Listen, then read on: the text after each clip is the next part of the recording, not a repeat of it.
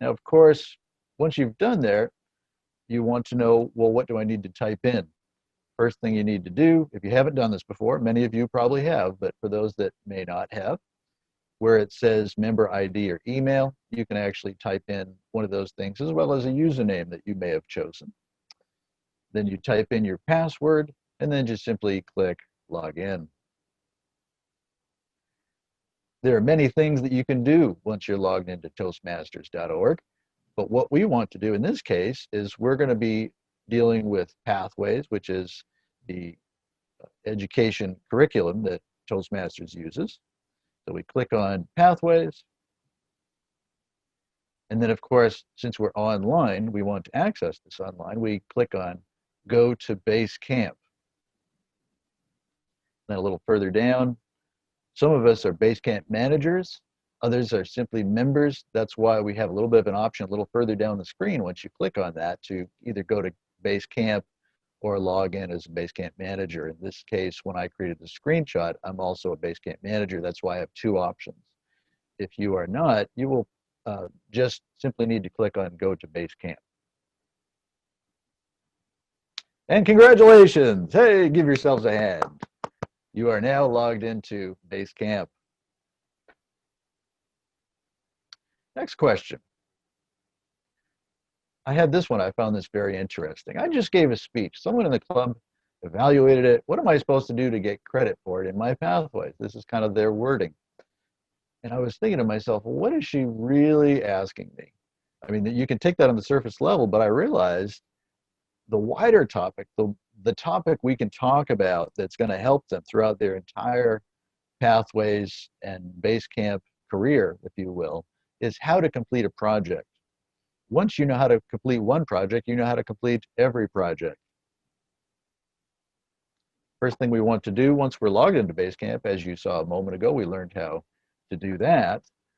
You click on this first tab called Paths and Learning, and it gives a little bit of an idea of actually to what it is, where it says Education Transcript.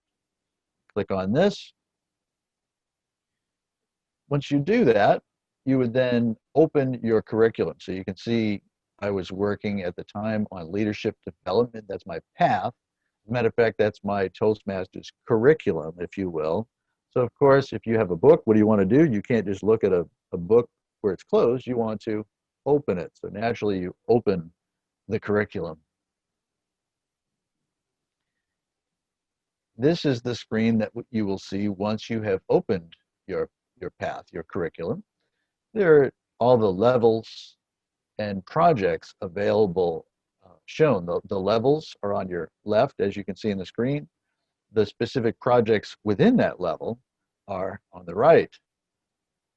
Now let's just say if I'm fairly new, I want to get into the first speech, which is often the icebreaker. I would then want to launch that project. Once you're into your project, this is what is called your project window. Now, there are really just four things you need to know about when you're in here. Actually, there's one more we're going to talk about in a moment. But the basics, when you first log in, you can see in the top left arrow, this refers to a button, if you will, that is off to the left. You can call that a chevron if you like, or just simply an arrow, and that would return you to the previous page of a project. And in the upper right, it's the same logic with the chevron to your right, or the arrow, advancing to the next page. There are some slides, if you will, within the project that will allow you to click on more things. And this is where you will see a back and a next. It's fairly self-explanatory if you see that. If you want to go to the next aspect, you click on next. If you want to go back, you click on back. And then finally, off to the right, if you're kind of not sure what to do when you get to a particular screen, there's a section here called directions. You would click on that and get further direction. Now, what I'm going to do here is streamline. You remember I talked about providing 20% of tasks to provide 80% of the value? You certainly can click on every one of these aspects here. However, what I'm going to suggest is to complete a project, there's actually only two things that you need to do. If you're, once you've done a few of these, you actually may decide to streamline, or keep in mind that you don't have to be completely overwhelmed to go through every screen every single time. You want to get to where you want to get to. This is how you get to the first essential component to complete your project, and that is the topic of what we're talking about, is completing a project. First thing is to access your evaluation form, and you can see it's the second to last option down there. That will bring you to your evaluation resource. Now, that sounds kind of technical. What is an evaluation resource? It's your evaluation form. If you want to get to your evaluation form, you click on evaluation resource. Now, what is it that finally kicks it over into a completion status? It is exactly this. The last stage there is assess your skills after. You would click on that, and this is what it looks like. You're asked a few questions about your confidence in this case, other relevant questions you'll go through, and you can see the back and the next. You would simply click on next to get to the next question, next. I hope that that is reasonably clear. And then once you've done that, it says, essentially, it actually provides feedback for if you did the before as well as the after. You'll see that comparison of what it was like before and after. Again, you'll see at the top there, assess your skills after. This is the critical part that allows you to get that checked off status. And then you'll see this screen. Congratulations, you've now completed this project. Let's give yourselves another hand. Very good. And you'll see that check mark. You can see that red circle. That allows you to know that you have completed that project called the icebreaker. Now, we did talk about evaluation. Why am I making a big deal? Why is that one of the top two things to know about? Well, let's think about this. What's the difference between a group of people getting together, offering a critique on what each other did? In my opinion, it's actually evaluation forms that is the Toastmasters curriculum. Let me correct myself. It's evaluation that is the Toastmasters curriculum. Without using these evaluation forms, which are the medium for this evaluation Toastmasters, it certainly can be fun to get together, but a member is not learning in the Toastmasters curriculum. So I'm very glad to hear that it sounds like, in this club, so many other clubs, we're getting to know about these evaluation forms and using them.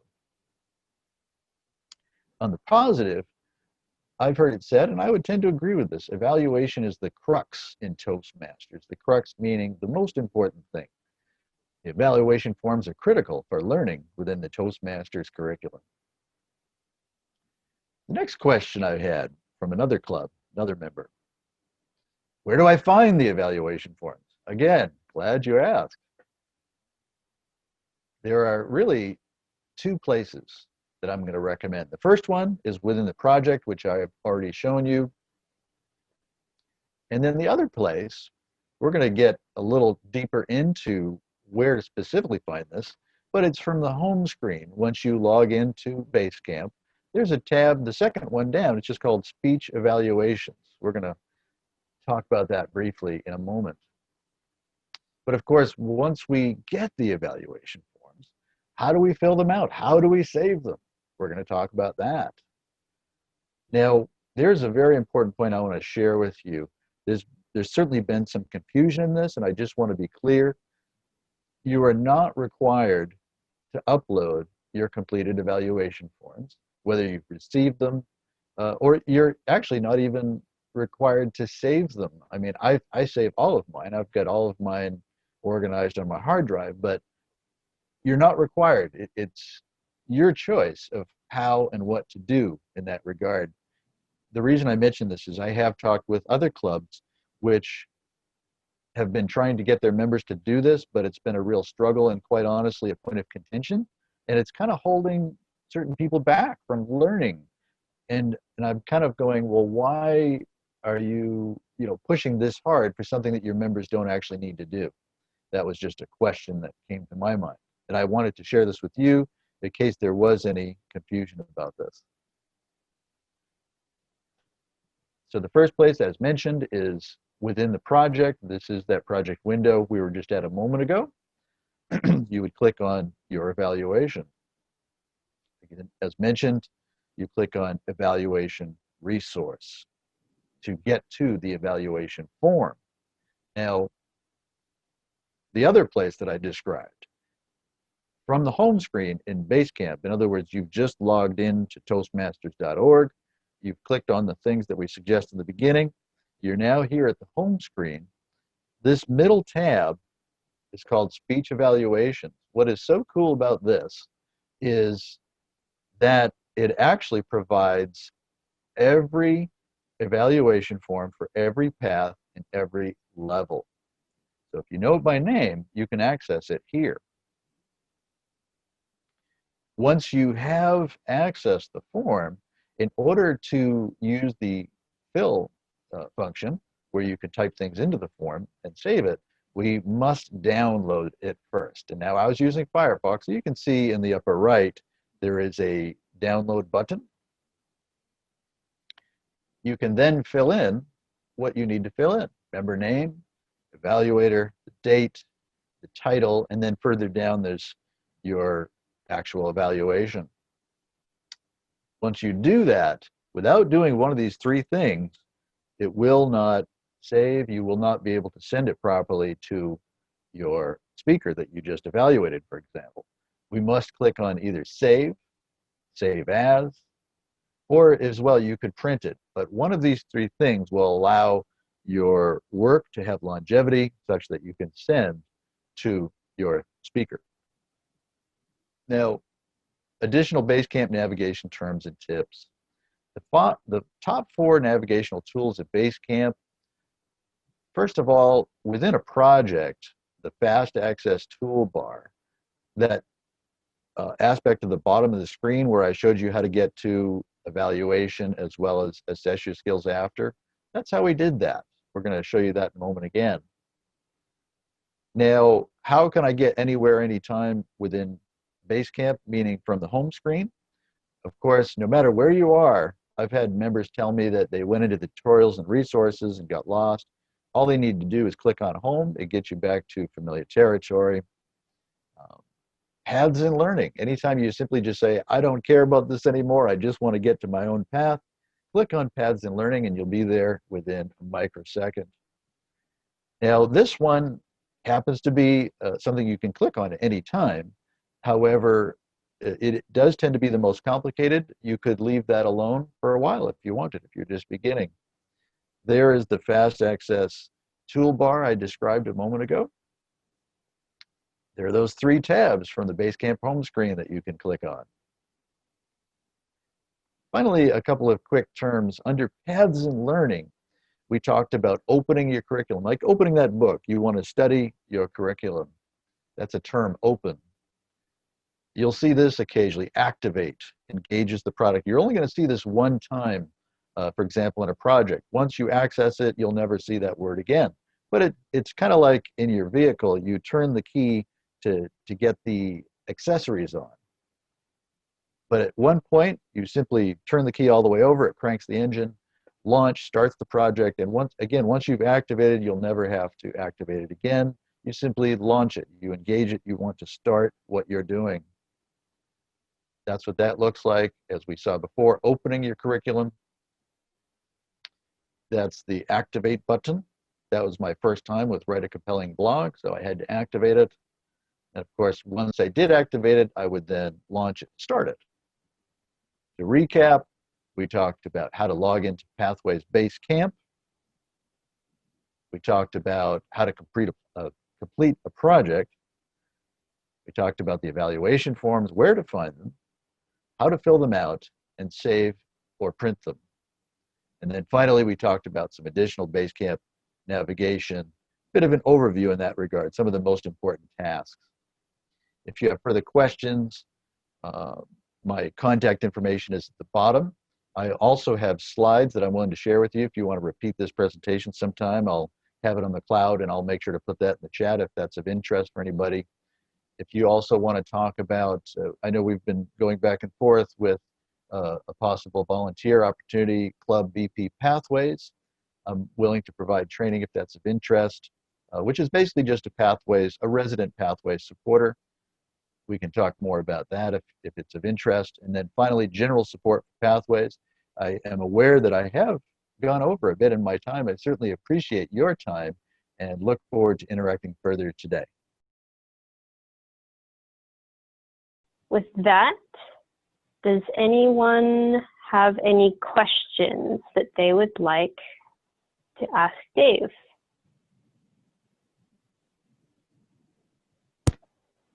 And I'm going to defer to the moderator. Okay, I got 2 questions. Timer question. Sorry. Yeah. So every answer. Okay. Is that right? Yeah. Okay. Sorry, what was that? Okay. Let's start with Janice, and then we'll do Brian. Janice, what's your question?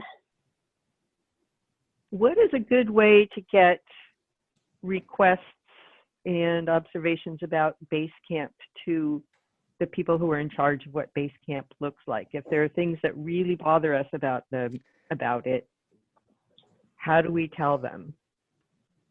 Janice, I was hoping for this question, and you got right to exactly what I was hoping for. Thank you so much. Let me give a quick answer, and then I'll try and keep it brief after that because I have even further insight on that. First of all, I would contact Toastmasters.org. I will provide a specific email address. I have actually talked with, I'm not affiliated with Toastmasters International at all, but I do communicate with them every so often. They do actually want emails. I believe it's education program. I will check that though. Let me get that for you for sure. And if you would email me a reminder, I'll get you the specific email address.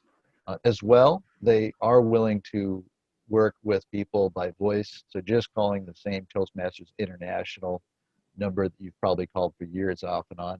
They do want to hear from you for sure. They're actually communicative and they love the feedback. I have a few seconds here to add.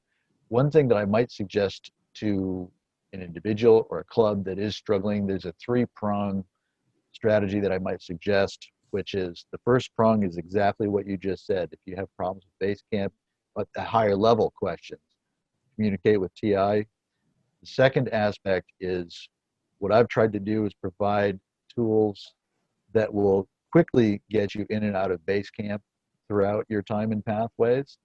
That would minimize that. And then the third prong is about, some people have talked about printing. Maybe that question will come up. What you can then do is by learning the basics, at least how to get to a project, you can print a project at any time. That would be my best strategy that I could offer with the 3-prong as well as in contacting TI. Thank you for that excellent question.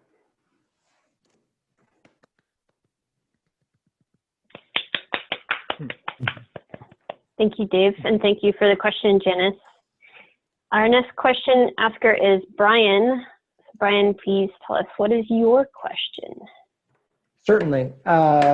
My questions are much more basic. Can you have multiple projects active at the same time? Is there a reason that you didn't just go through and activate every single project you have? Good question.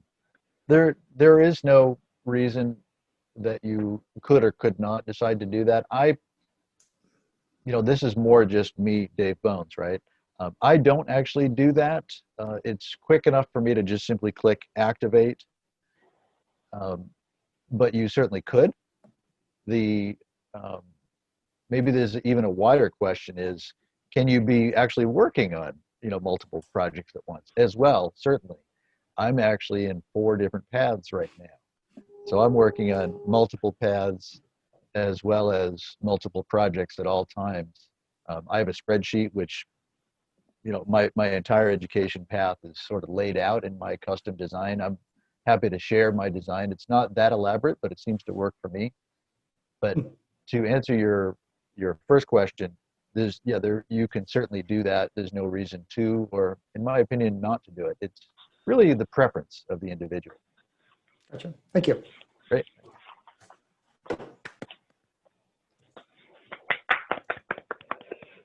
Thank you.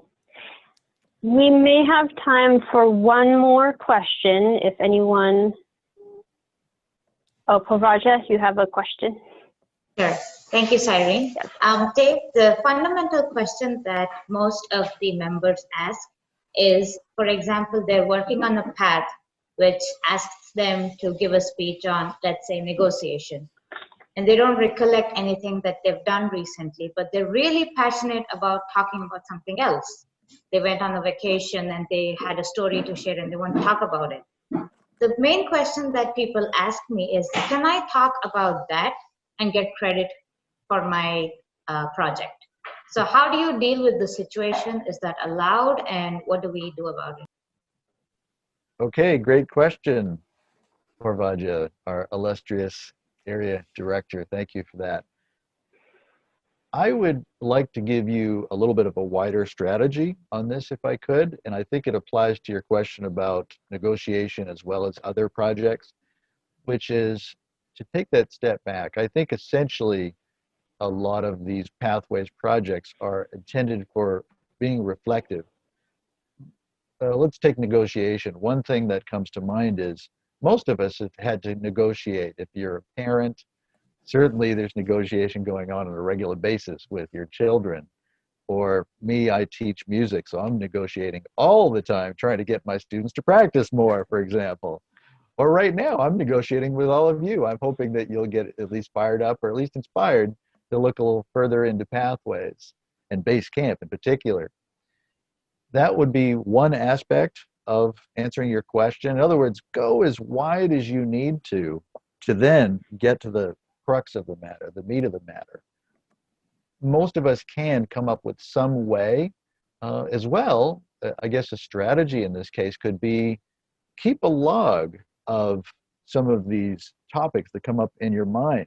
For example, I've been planning, I'll be giving a reflective speech about this presentation today, but I had already put that in my calendar a month ago. I'll be giving that speech tonight, for example. I hope that that answers your question. The general idea is go as wide as you need to, at least in your own mind. It's probably good to have some kind of connection with the intent of the project. And quite honestly, you have 11 paths to choose from. So what you might learn the first path might be totally different when you reach that same project on your second path. And I plan on doing all 11. So I suspect each of the time that I do these projects will be a totally different spin on it. It's going to mean something different to me because I'm different and I'm doing different things in my life. Thank you. Thank you. And just to follow up about the previous question that Brian asked regarding the multiple projects and paths, I think what I have seen is you can have multiple paths that you can work on, but then the projects have to be sequential, right? You have to do one after another. You cannot do one together. Like, let's say I'm doing level 1, I have to finish the icebreaker before I do the next one, right? No. Okay, very, very good question. And I could see some head nods, and this is great. I can see the passion, and let me know if I don't answer it correctly, but I'll answer your question. The short answer is you actually can do any project in any order. When it first rolled out, you had to do certainly a level at a time, and there were some restrictions about a project at a time. All of that is gone now. I actually would not be interested in being in 4 paths at once if I were restricted in that regard. So one quick thing I'll say about that is not required in any shape or form at this point, although you probably have heard maybe some older folks that have been in it for a while. They might have remembered that, might have shared that. But at this time, that is not the case. The question that I found myself asking is, in the old curriculum, I found myself saying, okay, I'm looking at the curriculum. How can I then fit things in my life into the curriculum? But I've now switched it. I now say, how can I take what I'm doing in my life right now and then fit Pathways and Basecamp into what I'm doing? It's a complete switch. And when I made that switch, I now have a certain fluency in Pathways and Basecamp. There's actually no technical thing that comes up that I'm mystified by. I now much prefer this over the old curriculum all day long, every day, all day. That's just my personal opinion. Of course, I fully respect people are going to have different experiences, different needs, but that's just my experience and my point of view. Thank you for that great question. Thank you. Thank you for clarifying.